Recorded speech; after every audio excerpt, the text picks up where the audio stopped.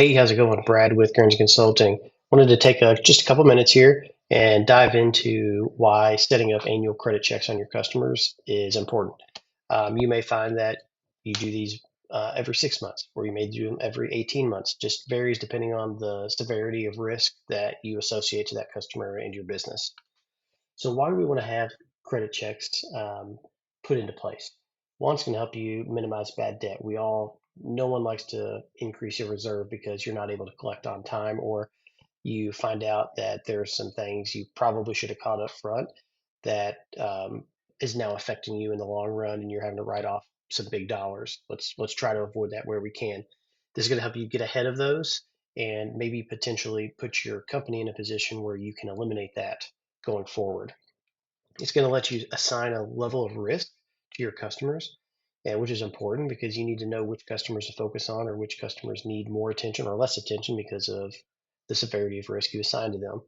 And then it's going to let you adapt and update your terms. So you want to align your credit terms and limit. You may have standard credit terms, but you want to align those limits specifically to the level of business you're doing. You wouldn't want to give a customer that you may hit 200,000 in sales with for a year a credit limit of $1 million. Um, if they were approaching, kind of that sales threshold of 200,000 for the year, and you have a limit set of 1 million, it's never really going to trigger you to conduct any sort of analysis because nothing may pop up that it's wrong. But they may be approaching that limit because business is growing, or they may be approaching that 200K mark because they aren't able to pay their bills. You never know. It's something you want to keep under watch and know about as early and often as possible. So, what are some things you want to review annually? So, one thing I like to do is review the customer's credit history and their credit score. So, a couple of areas you can look into here. There's options out there. There's other avenues of approach to this. What I've found over the years that you got to take it with a grain of salt, but it does give you some good information is Dun& Bradstreet, D&B reports, or Experian. So I personally like D&B. Some people will say you can't rely on it. That's why I always say you take it with a grain of salt. You can only get out of that what's put into it. Now, sometimes you're going to pull credit reports out of that, and it's not going to give you a ton of information because no one's reporting on that specific customer. That happens. But you are going to find times where you get a ton of great information because there could be 50, 60, 100, 200, 1,000 customers reporting in on specific other customers. So when you go and pull that information, you have pages and pages of data you can look through from their risk assessment score, delinquency scores, any filings that they currently have out there, um, how they're paying others, what limits others are giving them, what terms they're being extended. So if you look at things like this, like a Paydex, that kind of gives you an idea of how close are they paying to their terms. A higher Paydex score is good. Means they're paying closer to terms. A lower Paydex score, if it's yellow or in the red, means they're probably stretching other customers and not paying them on time. You need to dig into that and figure out why. If you scroll down on a DMB, you're going to find like trade reference information, like trade credit reference, and you're going to be able to look at that and see what customers are extending specific terms and limits, and how do they pay. Are they paying prompt? Are they paying slow to 30, 60, 90 days? Those are things you need to take into consideration. Internally, one report I like to run is an average days to pay report. So I pull this monthly myself and I keep it on file and I pull it for the prior year. So I can basically go back a year. When I close the month, I go back and pull for the prior year. That way I have a good little section of information there I can go back on pretty quickly. If you are conducting annual reviews, I suggest pulling ADP. That way you can see what their payment habits have been over the past year, the past 6 months, past 3 months, and see if there's any trends there that, positive trends, great. If you're seeing some negative trends where their terms are 30 days and their ADP, over the course of the year is 47 days, you're carrying that debt for them an additional 20 days. That's something you want to look into and try to eliminate. It could be that they're paying you by check or another method that's slower. So eliminate that. Um, get your customers to pay you by ACH wire, take credit cards if that's an option that you can do. Eliminating check payments is definitely going to help you with that cash coming in the door a lot faster. Also, look at their AR balance. So if you don't run an aging every month to know where your receivables are at and where you close the month at, you should. Um, this is going to be something I would go back and I would have a team review where their balance was every month end.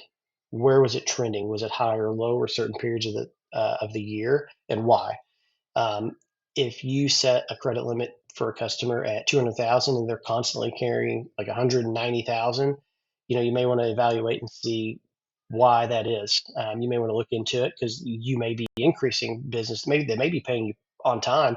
They just may be doing such a high volume that their turnover, they're paying you on time, but their turnover, they're constantly having invoices out there that are pushing their limit. If everything looks good, it might be something to consider giving them a small increase, um, and also that's good on the customer side. And when they know you're giving them a credit limit increase because they're doing the right thing and paying you on time and are communicating with you, that's great. Um, as far as the opposite way, if you're setting a limit of 200,000 and your system is constantly throwing a flag up, basically saying they're over their limit, you can't bill because they owe you money, you may want to evaluate why. It could be that this business is growing, but it also could be that they're struggling to pay you on time, or the level of dollars they owe you is too much for them. It's putting a strain on their cash flow, and so they're not really able to pay you until they're paid. And that's something you definitely want to avoid. You don't want to get into situations where you are waiting to be paid because they aren't paid yet. That's something that should be looked into. If that's the case, you need to pull the information on that customer, take that to whoever decides on credit limit and terms, and evaluate that a little further to make sure you eliminate the risk for your company. So a few other things to look at that I like to do during analysis is discuss with your sales team. What are they doing for the next year? What's the outlook? Do they expect business to grow with them? Are they saying, yeah, we're not going to pursue them any further? Business is slowing down, or they've pulled back orders. That's good stuff for you to know too, because you can adjust as needed based off of that. Contracts, pricing. Certain customers have step pricing, so you need to make sure that you take that into consideration. Or there could be contracts that specifically discuss terms and other things like that that you have to take into consideration if it is in place or if that's something your business does. So what do you do when you find issues? Address them immediately. Don't sit on an issue. If you know there's a cash flow issue, if there's a bankruptcy issue, whatever it may be, address that as soon as you can with your internal team. Set up a meeting, set up a call, whatever it may be. Just get it out there so everybody's on the same page. It's known. That way, if you need to potentially hold orders or stop at that point, you can make sure that's done. Um, and then at the end, you want to find the best approach that works for you and the customer. So sure, there could be issues, but work through those if possible. Now, I say if there's some sort of bankruptcy issue like that, that's pretty cut and dry. I think most people that handle receivables and collections know you want to really eliminate anything you're doing probably at that point, um, due to the severity of what could potentially come. Um, Got to protect your business, at the end of the day. So maybe it involves you adjusting your credit limit down. Maybe they're showing signs a little higher risk. So maybe just take their credit limit down. Let's say again, 200,000 is your limit. Bump that down to 150. See how they're doing on that. Are they able to keep up and pay on time and stay under that limit? Great. If they're kind of pushing that 150 mark and they're getting past due, definitely want to look into that a little further and try to make the best business decision that doesn't damage the relationship but protects you in the long run. Because at the end of the day, we want to eliminate the bad debt. We want to eliminate the financial risk to our business. Hopefully this helped. And if you want to learn more about what I do, feel free to go to my website right here. If you have any questions, send me an email and I'll answer what I can. Appreciate it. Thank you.